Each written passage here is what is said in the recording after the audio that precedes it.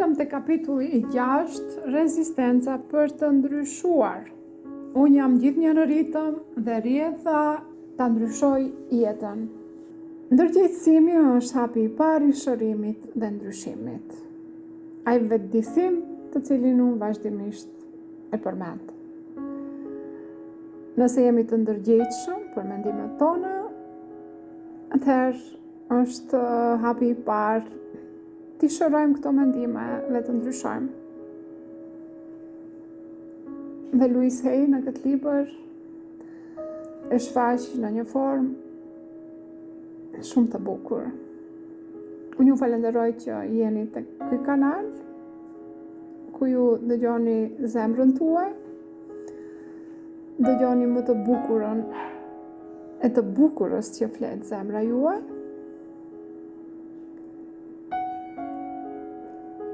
Dhe nëse nga ky kapitull diçka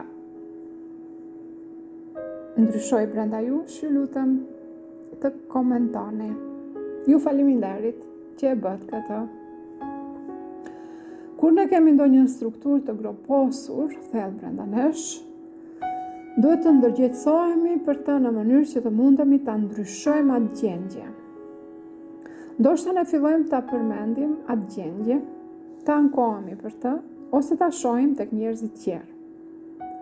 Ajo ngritet në sipërfaqe e ndërgjegjës tonë për një farë mënyre dhe ne fillojmë të lidhemi me ta. Ne shpesh tërheqim një mësues, një mik, një kurs apo një libër drejt vetes tonë, e cila na zgjon mënyra të reja për ta zgjidhur problemin. Ndërgjegjësimi im filloi me një shënim të rastishëm të një miku tim, të cilit i kishin thënë në lidhje me një takim. Miku im nuk shkoi, por diçka brenda mua u përgjigj dhe unë shkova. Ky takim i vogël ishte hapi im i parë në rrugën e shpalosjes. Unë nuk e vërejta rëndësinë e tij deri dikur më vonë. Ndërsa sa më përket mua, Mimoza Taçi, mund ta shikoni linkun i cili është poshtë videos, si filloi ky ndryshim drastik në jetën time, që ju sot më dëgjoni vazhdimisht dhe unë jam aty në shërbimin tuaj 24 orë, që edhe ju të shikoni të mira në këtë jetë. Vazhdojmë me librin. Shpesh reagimi jonë për fazën e parë është të mendojmë se kjo qasje është qesharake dhe se nuk ka kuptim.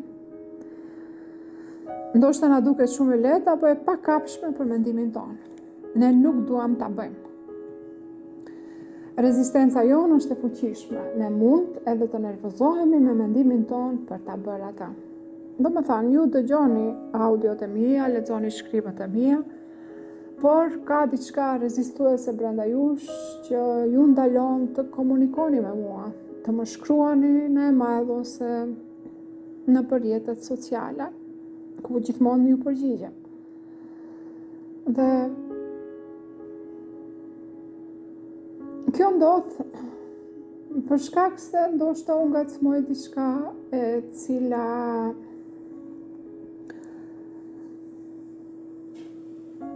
është pjesë e rezistencës. Mosbesimit, se edhe ju mund t'ja dilni. Ky lloj reagimi është shumë i mirë, nëse ne mund ta kuptojmë se është hapi ynë i parë drejt procesit të shërimit. Unë ju them njerëzve se ky lloj reagimi që ata ndjejnë është aty për t'ju treguar atyre se ata vetëm janë në procesin e shërimit.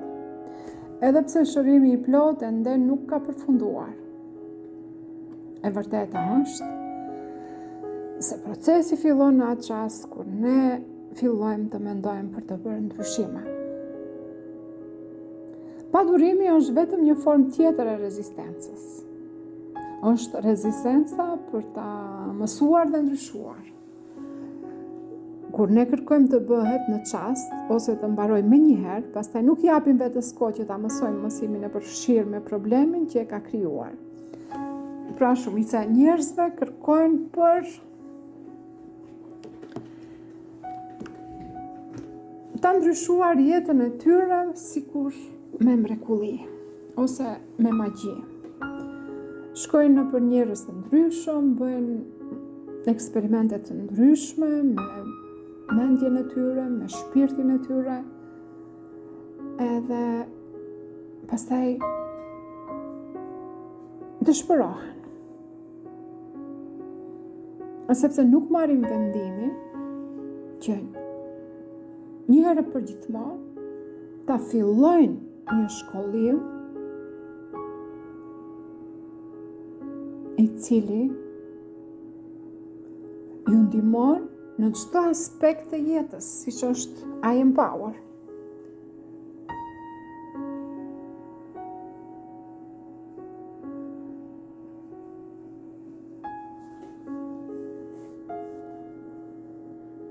Pra, nëse ti dëshiron të lëvizësh në dhomën tjetër, duhet të ngrihesh, të ecësh, të lëvizësh hap pas hapi në drejtim. Duke ndejtur ulur në karike, e kërkon të shkosh në dhomën tjetër, nuk do të funksionojë. Është e njëjta gjë, ne të gjithë duam të tejkalojmë problemin, por nuk duam të bëjmë as edhe një hap të vogël që do të përforcojë zgjidhjen. Tani është koha të pranojmë përgjegjësinë që e kemi krijuar këtë situatë apo gjendje. Unë nuk flas për atë që ju ndjeni fal, ose se jeni një njeri i keq, nga që jeni atje ku jeni. Jam duke thënë të pranoni fuqinë brenda jush që transformon çdo mendim në përvojë. Në të kaluarën, pa vetdije kemi përdorur këtë fuqi për të krijuar përvoja që nuk i duam. Nuk kemi qenë të vetëdijshëm se çfarë jemi duke bërë. Tani duke pranuar përgjegjësinë, jemi të vetëdijshëm dhe mësojmë si ta përdorim këtë fuqi me vetdije në mënyrë pozitive për dobinë tonë. Shpesh kur i sugjeroj një zgjidhje klientit, një mënyrë e re për t'i u qasur një çështje ose për të falë personin e përfshirë, do të shoh se si nofulla do të fillojë të mblidhe dhe t'i dalë jashtë dhe i shtrëngon krahët fort në krahëror. Madje formojnë edhe grushta. Rezistenca del në sipërfaqe dhe unë e di se kemi qelluar saktësisht aty ku duhet vepruar. Ne të gjithë kemi mësime për të mësuar. Gjërat që janë shumë të vështira për ne, janë vetëm mësime që kemi zgjedhur për veten tonë. Nëse gjërat janë të lehta për ne, atëherë nuk janë mësime, por janë gjëra që veç ne i dimë. Mësimet mund të mësohen nëpërmjet ndërgjegjësimit. Nëse e mendon gjën më të vështirë që mund ta bëni, dhe sa shumë e rezistoni. Pra ju jeni duke shikuar mësimin tuaj më të mrekullueshëm për momentin. Duke u dorëzuar, duke e lëshuar rezistencën dhe duke lejuar veten të mësoni çka ju keni nevojë të mësoni, do të ju bëj hapin tjetër më të lehtë. Mos lejo që rezistenca të ju ndalojë për të bërë ndryshimin. Ne mund të punojmë në 2 nivele. Duke e shikuar rezistencën dhe duke bërë ndryshimet mentale. Vështro veten tënde, shikoje se si reziston dhe megjithatë vazhdo përpara. Të dhëna jo verbale. Veprimet tona tregojnë rezistencën tonë. Për shembull, duke ndryshuar temën, duke u larguar nga dhoma, duke shkuar në banjo, duke u vonuar, duke u sëmur, duke e shtyr për më vonë, duke bërë diçka tjetër, duke bërë punë të shumta, duke harxhuar kohën, duke shikuar larg ose jashtë dritares, duke shpalosur një revizë, duke refuzuar të kesh vëmendjen, duke ngrënë pirë apo të pish duhan, duke krijuar apo duke ndërprerë një lidhje, duke krijuar dështime të veturave, pajisjeve, sistemit hidraulik e tjerë. Supozimet. Ne shpesh supozojmë gjëra për të tjerët në mënyrë që të arsyetojmë rezistencën tonë. Ne bëjmë deklarata siç janë. Nuk do të më sjell ndonjë të mirë. Bashortja nuk do të më kuptoj. Unë duhet të ndryshoj të gjithë personalitetin tim. Vetëm njerëzit e çmendur shkojnë tek terapisti. Ata nuk do mundin të më ndihmojnë me problemin tim. Ato nuk do munden të përballen me zemrimin tim. Rasti im është ndryshe. Unë nuk dua t'i mërzis ato. Vetë do t'a zgjidh problemin. Askush tjetër se bën atë. Besimet. Ne rritemi me besimet që është rezistenca jonë për të ndryshuar. Disa nga idetë tona kufizuese janë: nuk kam mbaruar, nuk është në rregull, nuk është në rregull për mua ta bëj atë, nuk do të ishte shpirtërore, njerëzit shpirtëror nuk zemrohen, meshkuj femra thjesht nuk e bëjnë atë. Familja ime asnjëherë s'e ka bërë këtë. Dashuria nuk është për mua, është shumë larg për të vozitur, ka shumë punë, është shumë shtrenjtë, nuk do të më zgjas shumë, nuk besoj në atë, nuk jam ashtu lloj njeriu. Ata. Ne ju japim fuqi të tjerëve dhe e përdorim si arsye për rezistencën tonë për të ndryshuar. Kemi ide si këto, Zoti nuk e miraton.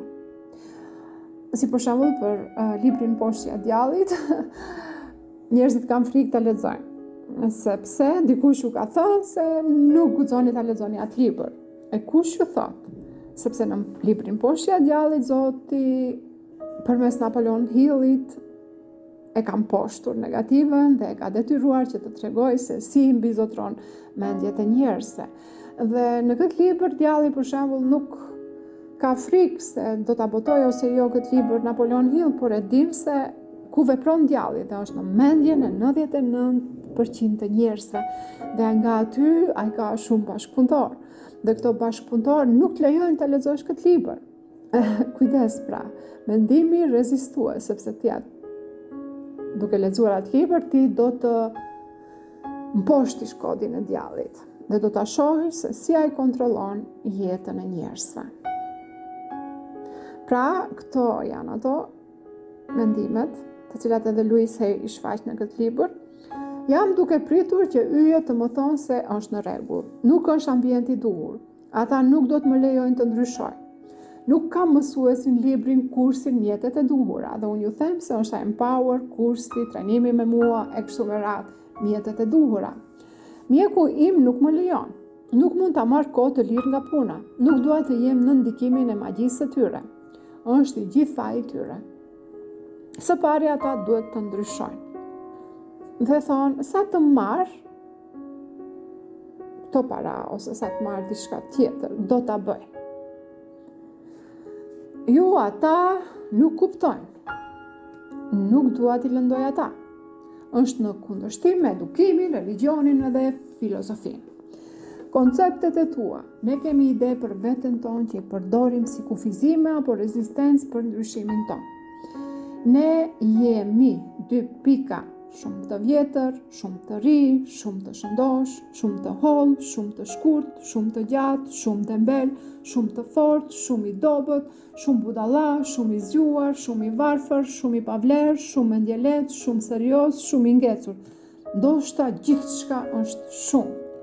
Taktikat vonuese, rezistenca jonë shpesh na paraqitet si taktika të vonuara. Ne përdorim arsyetime siç janë. Do ta bëj më vonë. Nuk mund ta mendoj tani. Nuk kam kohë tani. Do ta marr shumë kohë nga puna ime. Po, shumë ide e mirë, por do ta bëj një kohë tjetër. Kam shumë gjëra tjera për të bërë. Do të mendoj për këtë nesër.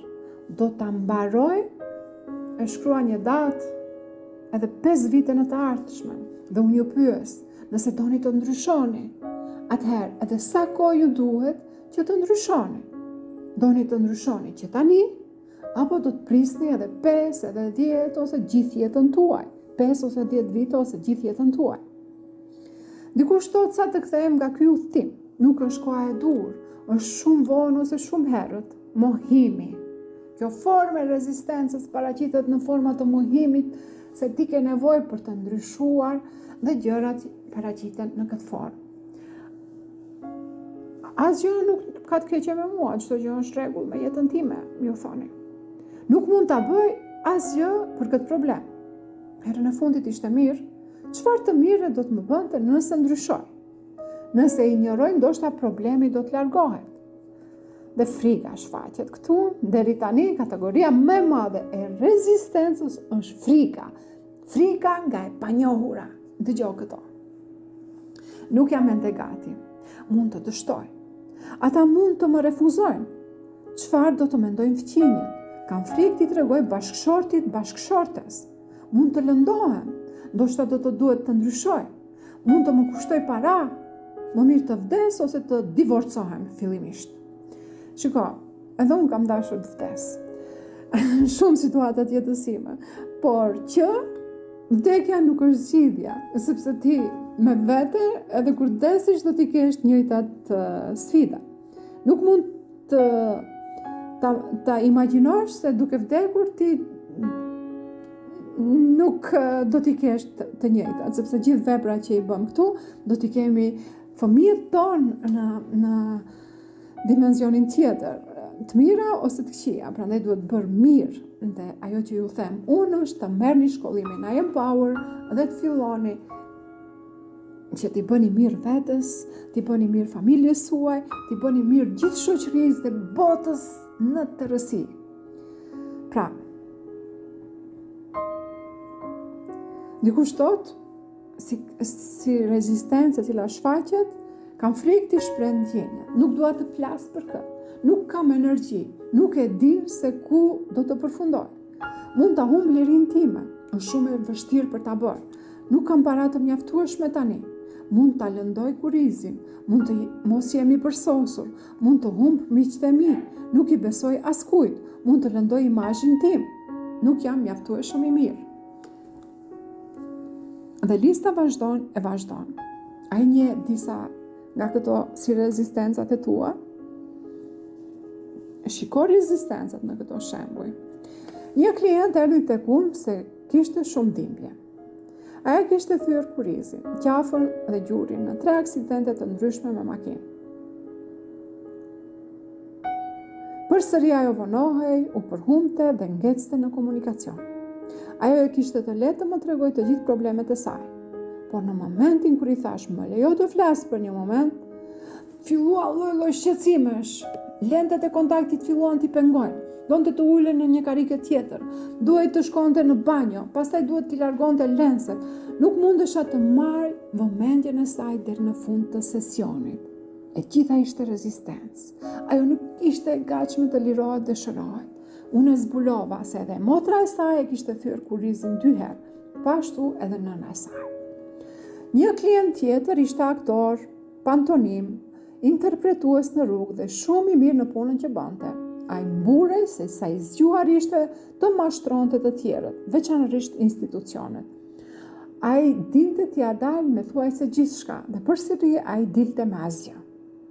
Ai gjithmonë ishte trok dhe vononte që ranë së paku një muaj. Shpesh mbetej edhe pa telefon. Rrobat I ngjitshin, punët I kishte të rastësishme, ai kishte shumë dhimbje në trup dhe nuk kishte as farjetë dashurie. Teoria e tij ishte se nuk mund të dalonte të mashtruarit derisa t'i ndodhte diçka e mirë. Sigurisht, në atë që ai jepte, asnjë e mirë nuk do t'i vinte në jetën e tij. Ai fillimisht duhet të ndalonte mashtrimet. Rezistenca e tij ishte se nuk mundej të lëshonte mënyrat e vjetra. Lëri miq tuaj rahat. Shumë shpesh në vend që të punojmë me veten tonë për të ndryshuar, ne vendosim se cilin mik të ndryshojmë. Kjo është gjithashtu rezistencë. Në fillimet e punës time kisha një klient e cila do të më tregonte tek miket e saj në spital. Në vend që të ju dërgoj lula, ajo e rregullonte të më dërgonte mua që të ju rregulloj problemet. Unë arrita me kasetofonin tim, zakonisht gjeja dikën të shtrirë në shtrat, e cila nuk e dinte se pse unë isha atje, ose se kuptonte se çfarë do të bëja. Kjo ishte e para se ta kuptoja se nuk duhet punuar me askën nëse ai ose ajo nuk e kërkon. Ndonjëherë vin klientë të cilëve një mik ju ka bërë dhuratë sesionin tim. Ajo zakonisht nuk shkon mirë dhe shumë rrallë ndonjëri prej tyre kthehet përsëri. Kur diçka na shkon mirë, ne zakonisht duam të ndajmë edhe me të tjerët, por ata mund të mos jenë të gatshëm për të ndryshuar në atë kohë apo hapësirë. Është shumë e vështirë të ndryshosh edhe kur ne duam, por të mundosh ta ndryshosh dikën tjetër që nuk dëshiron është e pamundur. Kjo mund të ju shkatroj shoqërinë. Unë i shtyj klientët sepse ata vinë tek unë por mist i lë rehat. Pra, nëse doni të ndryshoni, duhet të ndryshoni vetë. Kur e dini se sa e vështirë është të ndryshosh ti vetë, atëherë është e pamundur ta ndryshosh dikën tjetër. Prandaj, nëse jeni të gatshëm për mësim të ndryshim, klikoni në linkun poshtë kësaj video dhe kontaktoni me mua. Kjo t'ju tregoj hapat e duhur për të ndryshuar dhe ofertat e mrekullueshme, të cilat janë të papërballueshme që ti e refuzoni. Puna me pasqyrën. Pasqyrat na reflektojnë ndjenjat tona ndaj vetes. Ata na tregojnë saktësisht vendet ku duhet të ndryshojmë, që të kemi një jetë të gëzueshme dhe të përmbushur. Unë kërkoj nga njerëzit të shikojnë sytë e tyre dhe t'i thonë diçka pozitive vetes sa herë të kalojnë pranë pasqyrës. Mënyra më e fuqishme për të punuar me afirmimet është të shikosh në pasqyrë dhe t'ia thuash me zë të lartë. Ju jeni menjëherë të vendishëm ndaj rezistencës dhe mund të lëvizësh nëpërmjet saj shpejt. Është mirë të kesh me vete një pasqyrë përderisa e lexon këtë libër ose e dëgjon këtë libër. Përdore shpesh për afirmime dhe kontrollo ku reziston dhe ku je i hapur apo në rrjedh. Tani shiko në pasqyrë dhe thuaj vetes: unë dëshiroj të ndryshoj. Vëreje si ti ndjehesh. Nëse heziton, reziston apo vetëm nuk do të ndryshosh, pyete veten pse. Çfarë besimi të vjetër ende mban në vete? Kjo nuk është koha kur duhet të qortosh veten. Vetëm vëre se çfarë po ndodh dhe se cilat besime do të dalin në sipërfaqe. Ajo është ajo që ju ka shkaktuar shumë të lashe. A mund ta njohësh se nga ka ardhur? Kur ne i bëjmë afirmimet dhe nuk na duket në rregull, ose duket se asgjë nuk është duke ndodhur, është lehtë të themi: afirmimet nuk funksionojnë. Nuk është se afirmimet nuk funksionojnë, por është se ne duhet të bëjmë një hap tjetër përpara se të fillojmë me afirmimet.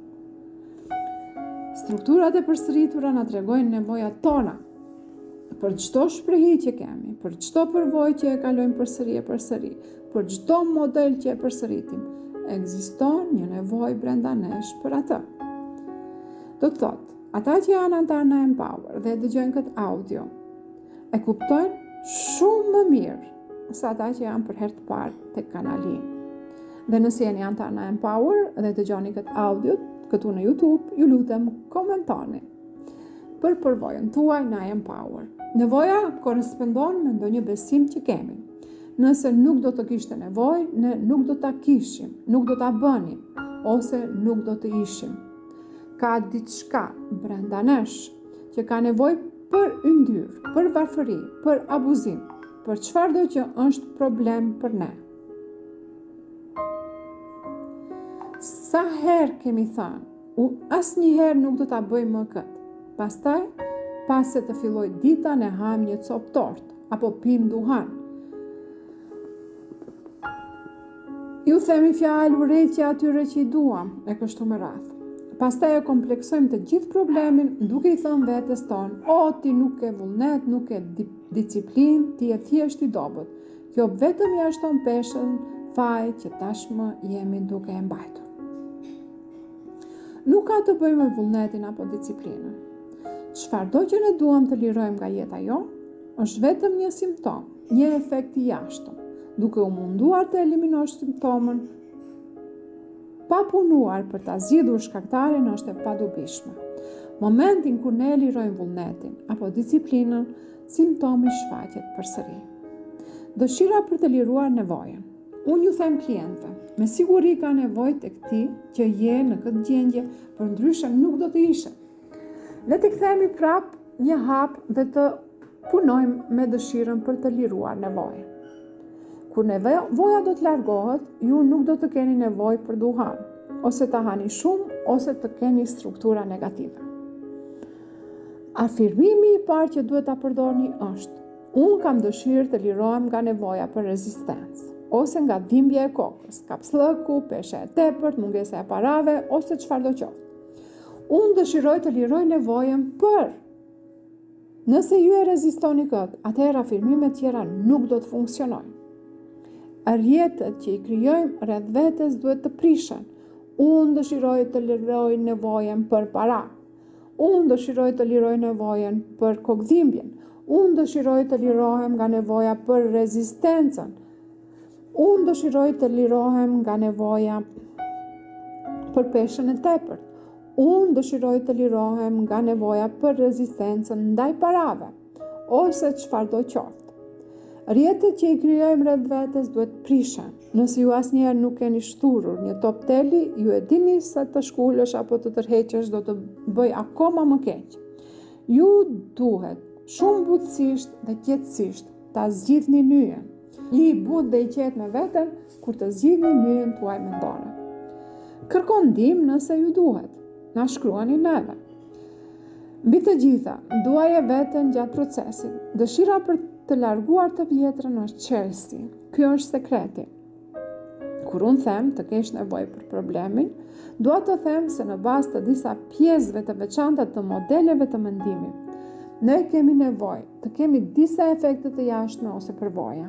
Çdo efekt i jashtëm është shprehje e modeleve të brendshme të mendimit. Të luftosh vetëm me efektet e jashtme ose simptomat është humbje kohe dhe shpesh e rrit problemin. Unë jam i pavlerë. Shpesh krijoj zvarritje. Nëse njëri nga besimet e mia të brendshme ose struktura është unë jam i pavlerë dhe një nga efektet e jashtme të mia do të jetë zvarritja, pas së gjithash, zvarritja është një ndër mënyrat që na mban nga ajo që themi se ku duam të shkojmë. Shumica e njerëzve zhvarriten, do të shpenzojnë shumë kohë dhe energji duke e qortuar veten se pse zhvarriten. Do ta quaj veten tembel dhe në përgjithësi do të bëj veten të ndjejnë se janë njerëz të këqij. Ofendimet për të mirat e të tjerë. Unë kisha një klient që i pëlqente të ishte në qendër të vëmendjes dhe zakonisht vinte në klasë me vonesë që të binte në sy. Ai ka qenë foshnja e 18 fëmijëve dhe ai ka qenë i fundit i listës për të marrë gjëra. Si fëmijë, ai gjithmonë ka parë të tjerët të kenë përderisa do të donte ai vetë të kishte. Dhe tani, kur dikush ka ndonjë pasuri, ai nuk do të gëzohet me ata. Në vend të asaj, ai do të thoshte: "Oh, dëshiroj ta kem atë. Oh, pse unë asnjëherë nuk mund ta kem atë." Ofendimi i tij për të mirat e tyre ishte barierë për rritjen dhe ndryshimin e tij. Vlerësimi i vetes hap shumë dyer. Një kliente që kishte 79 vjet, erdhi tek unë. Ajo kishte qenë mësuese këndimi dhe disa nga nxënësit e saj tashmë ishin në për TV reklam. Dhe ajo donte ta bënte këtë, gjithashtu, por kishte frikë. Unë e përkraha plotësisht dhe i shpjegova: "Askush nuk është si ju. Vetëm je vetvetja", i thash, "bëje vetëm për kënaqësi. Aty jashtë ka njerëz që duan të shikojnë atë që ju saktësisht e ofroni. Tregoju që ju ekzistoni." Ajo thiri disa agjende drejtor që ndajnë role dhe ju tha: "Unë jam një e moshuar, një qytetare e moshuar dhe dua të bëj reklama." Për një kohë të shkurtër, ajo mori pjesë në një reklam dhe prej atëherë nuk ka ndaluar së punuari. Shpesh e shoh në televizor apo në për revista. Karriera të reja mund të fillojnë në çdo moshë, veçanërisht kur e bën për kënaqësi. Të kritikosh veten është plotësisht humbje qëllimi. Vetëm të shton zvarritjen dhe ndëmbelin.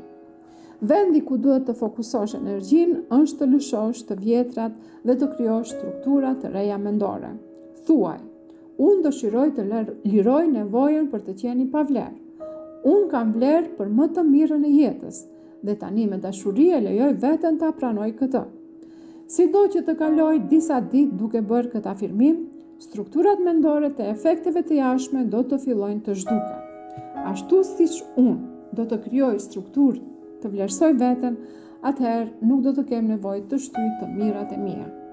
Ajo shikon se si mund të aplikosh në disa struktura negative të mendimeve ose efekteve të jashtme të jetës tënde. Le të mos harxojmë kohë dhe energji duke e ulur veten për diçka që nuk mund ta ndryshojmë nëse kemi ndonjë besim të caktuar. Ndrysho besimet. Nuk ka rëndësi se si i drejtohesh ose për çfarë teme jemi duke folur. Jemi duke pas punë vetëm me mendime dhe mendimet mund të ndryshojnë. Nëse duam ta ndryshojmë një gjendje, ne duhet edhe ta themi.